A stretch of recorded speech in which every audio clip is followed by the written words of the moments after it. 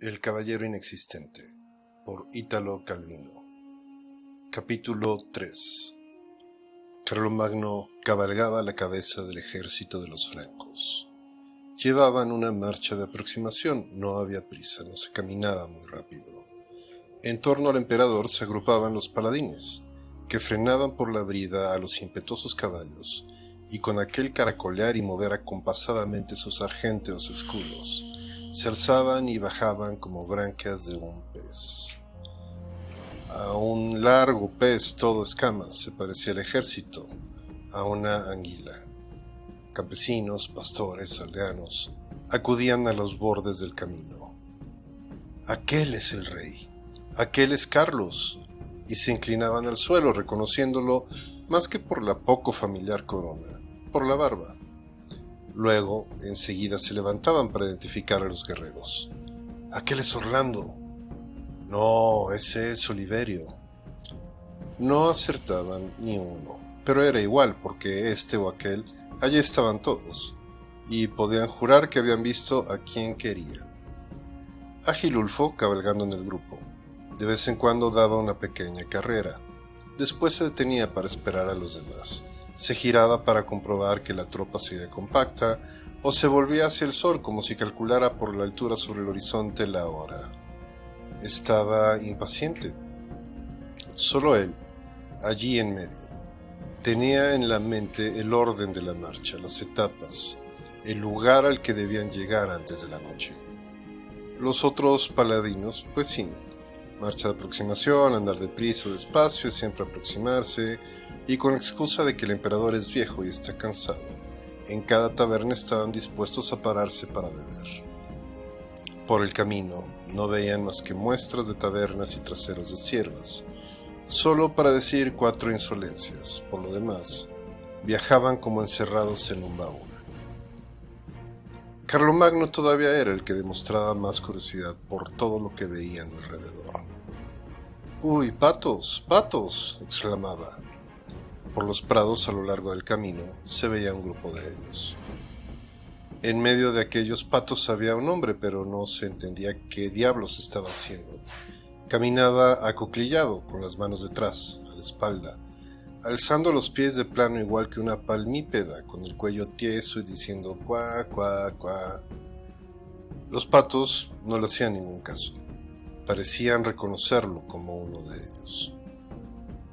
Y a decir verdad, entre el hombre y los patos la vista no hacía grandes distinciones, porque lo que llevaba puesto el hombre, de un color pardo terroso, parecía compuesto en gran parte por trozos de saco, presentaba anchas zonas de un gris verduzco exacto a sus plumas, y además había remiendos y jirones y manchas de los más variados colores, como las estrías irisadas de aquellos volátiles. Tú, ¿qué te parece esta la manera de inclinarte ante el emperador?», le gritaron los paladines, siempre dispuestos a buscar camorra. El hombre no se volvió, pero los patos, espantados por aquellas voces, alzaron el vuelo todos juntos. El hombre se demoró un momento viéndolos elevarse con la nariz al aire. Luego abrió los brazos, dio un salto y saltando y aleteando de este modo, con los brazos abiertos de par en par, de los que colgaban jirones de harapos, soltando resultadas y cuá, cuá, llenos de gozo, intentaba seguir a la bandada. Había una charca. Los patos volando fueron a posarse allí a flor de agua, y ligeros, con las alas plegadas, se alejaron nadando. El hombre, en la charca, se tiró al agua de barriga, levantó enormes salpicaduras, se agitó con ademanes descompuestos, intentó aún un cuá-cuá, que terminó en un borboteo, porque se estaba yendo al fondo. Emergió de nuevo, trató de nadar. Volvió a hundirse. «¿Es el guardián de los patos, ese?», preguntaron los guerreros a una campesina que se acercaba con una caña en la mano. «No, los patos los guardo yo, son míos. Él no tiene nada que ver. Es Gurdulú», dijo aquella campesina. «¿Y qué hacía con tus patos?». «Oh, nada, de vez en cuando le da por ahí, los ve, se equivoca, cree ser un pato, cree ser los patos. Ya sabéis cómo es Gurdulú, no se fija. ¿Pero dónde se ha metido ahora? Los paladines se acercaron a la charca. A Gurdulú no se le veía. Los patos, una vez atravesado el espejo de agua, habían reemprendido el camino entre la hierba con sus pasos palmeados. En torno al estanque de los helechos se alzaba un coro de ranas. El hombre sacó la cabeza del agua repentinamente como si se hubiera acordado en ese momento de que debía respirar. Se miró asustado, como sin comprender qué era aquella franja de helechos que se reflejaba en el agua a un palmo de sus narices.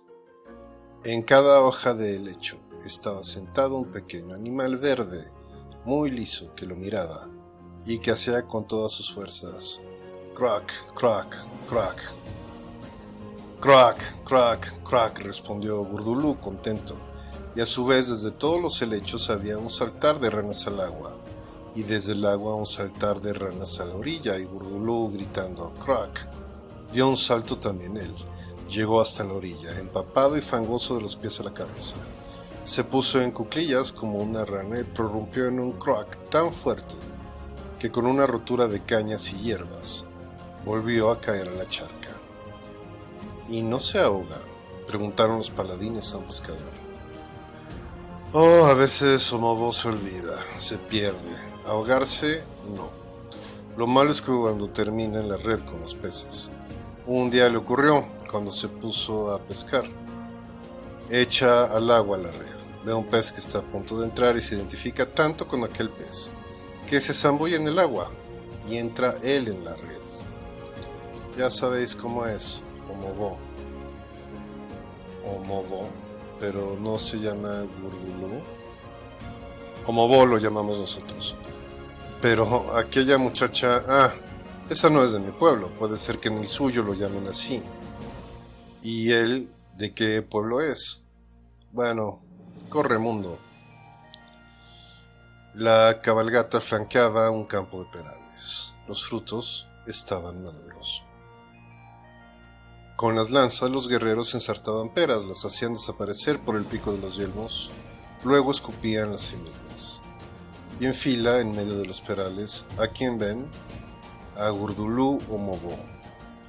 Estaba con los brazos levantados, retorcidos como ramas, y en las manos y la boca y sobre la cabeza y los desgarrones del vestido tenía peras.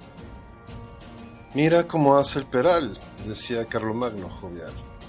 «Ahora lo sacudo», dijo burlando, y le asestó un golpe. Gurdulú dejó caer las peras todas al mismo tiempo, que se rodaron por el prado en declive, y al verlas rodar, no pudo contenerse de rodar él también como una pera por los prados, hasta que lo perdieron de vista. «Vuestra Majestad lo perdone», dijo un viejo hortelano. «Martín Azul no entiende a veces que su sitio no está entre los árboles, o entre los frutos inanimados, sino entre los devotos súbditos de vuestra Majestad». «Pero, ¿qué es lo que le ocurre a ese loco que vosotros llamáis Martín Azul?», preguntó afable nuestro emperador. «Me parece que ni siquiera sabe lo que le pasa por la mollera». «¿Y qué podemos saber nosotros, Majestad?». El viejo hortelano hablaba con la modesta sabiduría de quien ha visto muchas cosas. Loco quizá no se le pueda llamar, solo es uno que existe, pero que no sabe que existe. Vaya hombre, este súbdito que existe pero que no sabe que existe, y aquel paladín mío que sabe que existe y en cambio no existe. Hacen una buena pareja, os lo digo yo. Carlomagno ya estaba cansado de estar en la silla. Apoyándose en sus palaferneros, jadeando entre las barbas, refunfuñando, «Pobre Francia», desmontó. Como si de una señal se tratara, en cuanto el emperador echó pie a tierra, todo el ejército se detuvo y preparó un vivac. Dispusieron las marmitas para el rancho. «Traedme a ese gurgur». «¿Cómo se llama?», dijo el rey. «Según los países que atraviesa», dijo el sabio hortelano. «Y detrás de qué ejército cristiano o infiel se coloca, lo llaman Gurdurú, o Gudiusuf, o Ben Vausuf, o Ben Estambul, o Pestanzul, o Bertinzul, o Martimón, o Mobón, o Mobestia, o bien el Feo del Valle, o Juan Lanas, o Perico Pachucho. Puede suceder que en una alquería perdida le den un nombre completamente distinto de los otros. También he notado que en todas partes sus nombres cambian de una estación a otra. Se diría que los nombres le corren por encima sin que consiga nunca enganchársele. Para él, total, como le llamen es lo mismo. Le llamáis y él cree que llamáis a una cabra, decís queso o torrente, y contesta aquí estoy. Dos paladines, Sansonito y Dudón, llevaban a rastras a Gurdulú como si fuera un saco. Lo pusieron de pie a empujones, delante de Carlomagno. Descúbrete la cabeza, bruto, ¿no ves que estás ante el rey? La cara de Gurdulú se iluminó. Era una ancha cara calorada en la que se mezclaban caracteres francos y moriscos, una salpicadura de pecas rojas sobre una piel olivácea, unos ojos celestes, líquidos, veteados de sangre sobre una nariz chata y una bocaza de labios hinchados. El pelo amarillento, pero crespo, y una barba hirsuta con claros. Y entre este pelo, enredados con él, erizos de castaña y espigas de avena.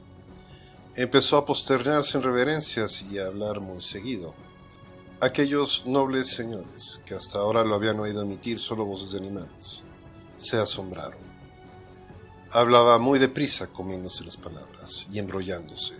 A veces parecía pasar sin interrupción de un dialecto a otro, e incluso de una lengua a otra, fuera cristiana o mora. Entre palabras que no se entendían y disparates, su disertación era más o menos esta. Doy con la nariz al suelo, caigo de pie a vuestras rodillas, me declaro augusto servidor de vuestra muy humilde majestad, mandaros y me obedeceré. Blandió una cuchara que llevaba atada a la cintura.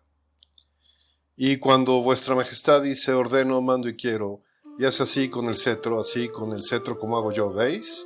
Y grita así como grito yo, ordeno, mando y quiero. Todos vosotros, perros súbditos, debéis obedecerme, de lo contrario os hago empalar. Y tú el primero, ese de la barba y la cara de viejo chocho. ¿Debo cortarle la cabeza de golpe, sire?, preguntó Orlando, y ya desenvainada. Imploro gracia para él, majestad, dijo el hortelano. Ha sido uno de sus descuidos de costumbre. Al hablar al rey se ha confundido y ya no se ha acordado de si el rey era él o aquel a quien hablaba. De las marmitas humeantes llegaba el olor a rancho. Dadle una escudilla de sopa, dijo clemente Carlomagno. Con muecas, inclinaciones y palabras incomprensibles, Gurdulú se retiró bajo un árbol a comer. ¿Pero qué hace ahora? Está metiendo la cabeza dentro de la escudilla puesta en el suelo como si quisiera entrar dentro de ella. El buen hortelano fue a sacudirlo por el hombro. ¿Cuándo lo entenderás, Martinzul, que eres tú el que debe comer la sopa y no la sopa la que debe comerte a ti?